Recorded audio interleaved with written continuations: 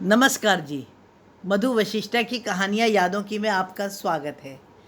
मेरी कहानी आपको अच्छी लगती है यह जानकर मुझे बहुत खुशी होती है। आपके द्वारा मेरी कहानी को लाइक करना, सब्सक्राइब करना और कमेंट करना मेरा मनोबल बढ़ाता है और मैं नई कहानी लिखने के लिए प्रेरित होती हूँ।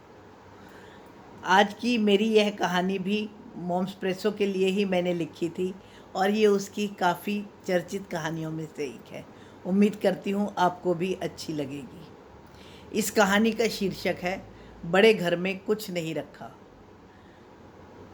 अरे काहे को बड़ा घर ढूंढे है, छोरी को पढ़ने दो और फिर बिट्टो वाले मेहमान के जैसा ही कोई लड़का देख लियो। क्या दादी ऐसा बोल रही है? नाचती हुई बिट्टो रुककर दादी को देखने लगी। यह वही दादी थी जिसने उसकी शादी के समय कितना हंगामा मचाया था। बिट्टो घर की तीसरी बेटी थी। दोनों बहनें और भाई की शादी हो चुकी थी। ग्रेजुएशन करने के बाद बिट्टो ने बैंक का पेपर क्लियर कर लिया था और उसकी नौकरी बैंक में ही लग गई थी। वहीं उसके सहकर्मी राघव के साथ उसने शादी करने का जब घर में फैसला सुनाया तो दादी ने उसके पापा से स्पष्ट शब्दों में कह दिया, जिस लड़के का अपना घर ही ना हो वह लड़की को कहाँ रखेगा। यह तो छोरी है, तुम तो समझते हो। बाकी दोनों बहनें कितने आलीशान घरों में रहती है, इतने बड़े बड़े बिजनेसमैनों की पत्नियां हैं। तुझे मैंने पहले ही कहा था लड़की को नौकरी ना करने दे, अब भुगत। पापा दादी को सफाई से देते हुए कह रहे थे। क्या करूं, सरकारी नौकरी थी तो मैं चुप लगा गया, वरना। लेकिन अंततः उसकी ज़िद के आगे सबको हारना पड़ा, क्योंकि बिट्टो ने कह दिया था कि वह राघव से ही शादी करेगी और हम दोनों मिलकर एक दूसरे का अच्छे से ख्याल भी रख लेंगे। राघव के माता पिता अयोध्या में रहते थे और उसका एक भाई हैदराबाद में और राघव दिल्ली में रहता था। सबकी जिद के आगे बेमन सबको झुकना ही पड़ा। किराए के फ्लैट में वह क्या सामान रखते, इसलिए स्पष्ट रूप से राघव ने कुछ भी दहेज के रूप में देने से मना कर दिया था। शायद यही कारण था कि माँ को बिट्टो के ऊपर बहुत दया आती थी और वह अक्सर उसे शाम को घर पर ही आकर खाना खाने के लिए कह देती थी। दोनों बहनों को तो घर आने के लिए भी 100 नियमों को पालन करना पड़ता था।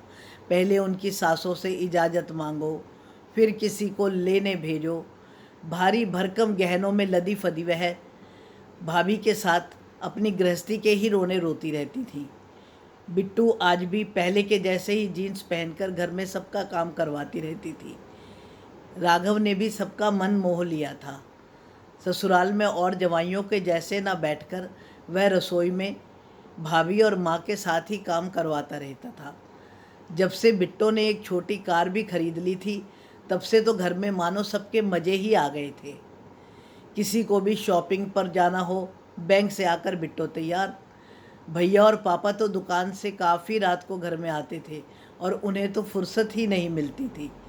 लेकिन ऐसा अच्छा दामाद तो बेटी से भी ज़्यादा लाडला बन गया था। बिट्टो और दामाद जी दोनों साथ साथ ही योगा करते और अपनी डाइट का भी ख्याल रखते थे। मिलजुल कर दोनों घर का काम करते थे। शादी के बाद 2 साल होने को आए, लेकिन मजाल दोनों की उम्र 2 महीना भी बड़ी हुई लगी हो तो मस्ती और खुशी दोनों के चेहरे से टपकती थी। अब जब चाची जी की बेटे की शादी हो रही थी तो लगभग सारी शॉपिंग बिट्टो ने ही करवाई थी।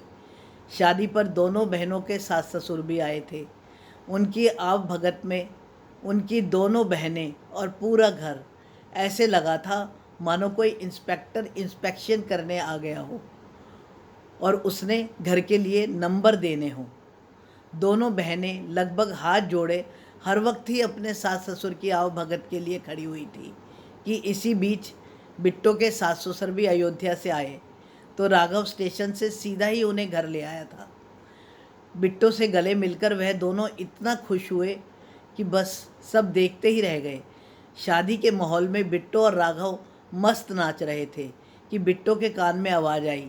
चाची दादी से बात कर रही थी कि मैं तो बिल्कुल ही नहीं चाहती थी कि पहले बेटे की शादी हो। रीना भी बीए कर गई है, पहले लड़की की शादी कर देते तब सही रहता। बाद में बहू लानी थी, पहले तो लड़की के ही हाथ पीले करने चाहिए था ना।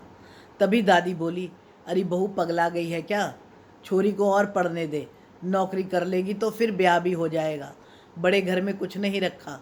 मुझे तो बिट्टो वाला मेहमान ही ज़्यादा अच्छा लगता है। दादी में आए बदलाव को देखकर बिट्टो मुस्कुरा दी। सच में ही बड़े घर में कुछ नहीं रखा। धन्यवाद।